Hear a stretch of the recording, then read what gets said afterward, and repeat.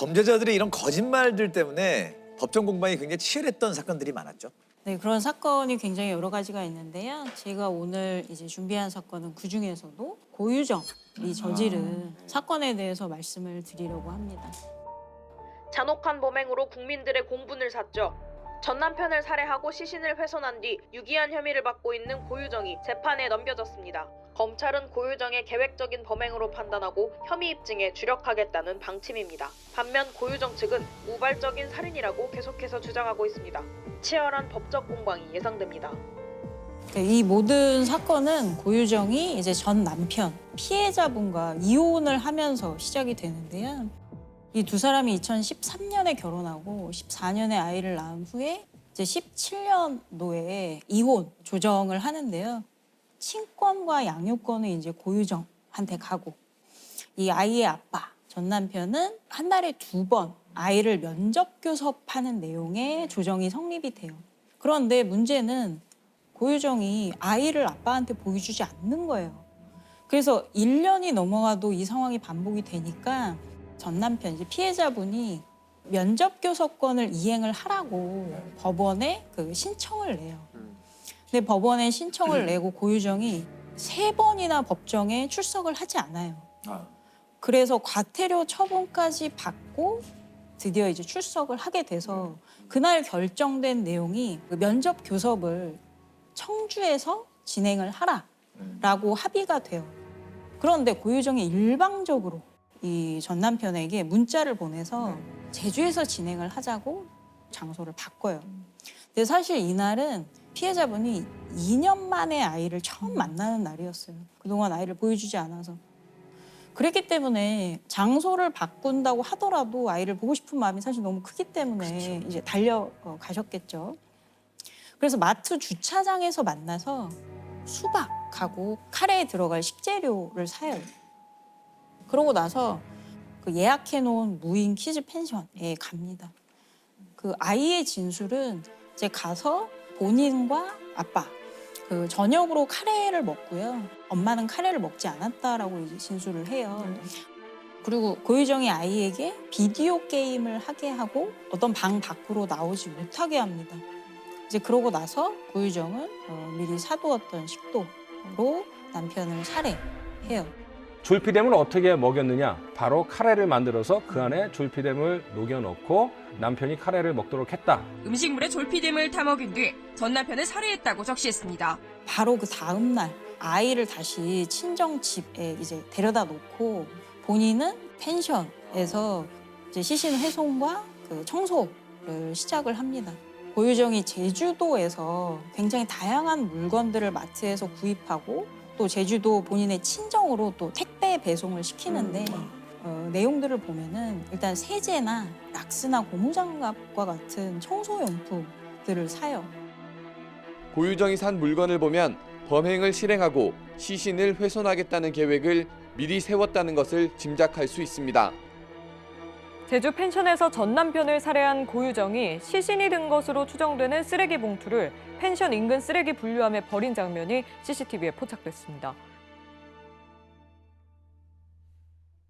이제 이렇게 하고 나서 여객선에 다시 올라서 밤에 사람들이 이제 없는 틈에 어떤 쓰레기를 버리고 컴컴한 밤, 승객이 거의 없는 배에서 시신 일부를 7분간 해상에 유기한 고 씨.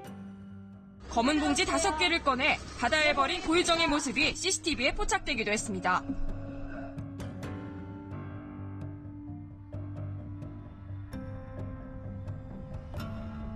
그리고 이미 사망한 피해자분의 휴대폰으로 문자를 보내요. 성폭행 미수 및 폭행으로 고소하겠다. 그러고 나서 이제 본인이 피해자분의 휴대폰으로 자신한테 이제 문자를 보내서 미안하게 됐다. 고소는 하지 말아주라. 라는 문자를 보내요. 그리고 나서 6월 1일에 긴급 체포가 됩니다. 오전 10시 32분경으로 사진죄를 긴급 체포하겠습니다.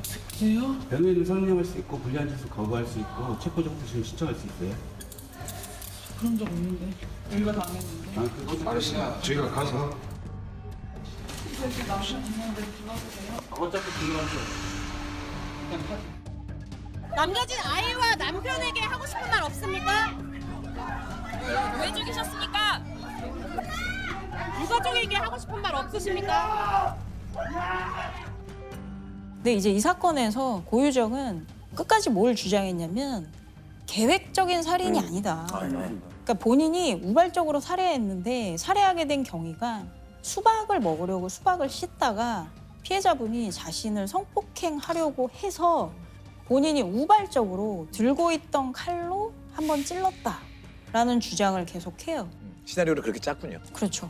이제 법원에서의 쟁점은 이것이 우발적이냐 계획적이냐 이것이 이제 쟁점이 돼요. 우발적으로 범행을 저질렀을 경우에는 징역 4년에서 6년, 상황에 따라서는 집행유예로 풀려날 수도 있습니다. 그러나 법원이 계획적 살인으로 인정할 경우 징역 23년 이상, 무기징역이나 사형 선고도 가능합니다. 사실은 고유정이 범행을 위해서 계획한 그 모든 것들이 다시 고유정의 발목을 잡죠. 그 면접 교섭을 진행을 하라라고 이렇게 합의가 된 게 5월 9일이고 고유정이 5월 9일 다음 날부터 굉장히 여러 가지로 범행을 계획하기 시작합니다. 일단 첫 번째로 고유정이 일주일 동안의 검색 기록이 굉장히 특이한 내용들이 포함되어 있어요. 키즈 펜션 CCTV를 검색을 하고요. 또 무인 키즈 펜션, 혈흔과 혈흔 지우는 법도 검색을 합니다. 또 수면제 성분인 졸피뎀을 검색하기도 하고요. 이제 거기서 그치지 않고 감기약과 수면제를 처방을 받아서 구입을 합니다. 고유정은 면접 교섭이 재혼 생활에 불화를 가져올 거라 판단해 이날부터 검색을 시작했다고 검찰은 밝힙니다. 졸피뎀과 무인 펜션, 혈흔, 뼈의 무게, 여객선 가판까지 범행 행적이 검색 기록에 고스란히 드러났다는 겁니다. 그러니까 이렇게 다양한 검색 기록이 일주일 동안 이제 계속되다가 이제 고유정이 예약을 하기 시작해요. 처음으로 이제 예약한 게 여객선. 사실 청주와 제주를 고유정이 왕복한 일이 많이 있었는데 여객선을 타고 왕복한 건 이번이 처음이었다는 거예요. 이게 5월 25일 일주일 전이거든요. 그래서 미리 입도를 하는 거죠. 그리고 나서 펜션을 예약을 하는데 CCTV가 없고 독채예요. 그래서 한 가족만 한 번에 쓸 수 있는. 그러면서 무인이어서 운영자가 드나들지 않는, 상주하지 않는 그런 이제 펜션을 5월 25일부터 2박 3일 동안 쓰도록 예약을 합니다. 실제로 투숙을 하기 전에도 펜션 운영자한테 전화를 미리 해서 거기 CCTV 없는 거 맞는지, 거기 운영자가 상주하는지 이런 것들을 미리 확인을 했다는 거예요. 그리고 퇴실하고 나서도 굉장히 좀 특이했던 행동이 보통 우리가 펜션에 머물고 가면은 이제 쓰레기를 배출하고 가잖아요. 근데 고유정 같은 경우에 그 쓰레기 봉투들을 본인 차에 이제 굳이 싣고 갔다는 거예요.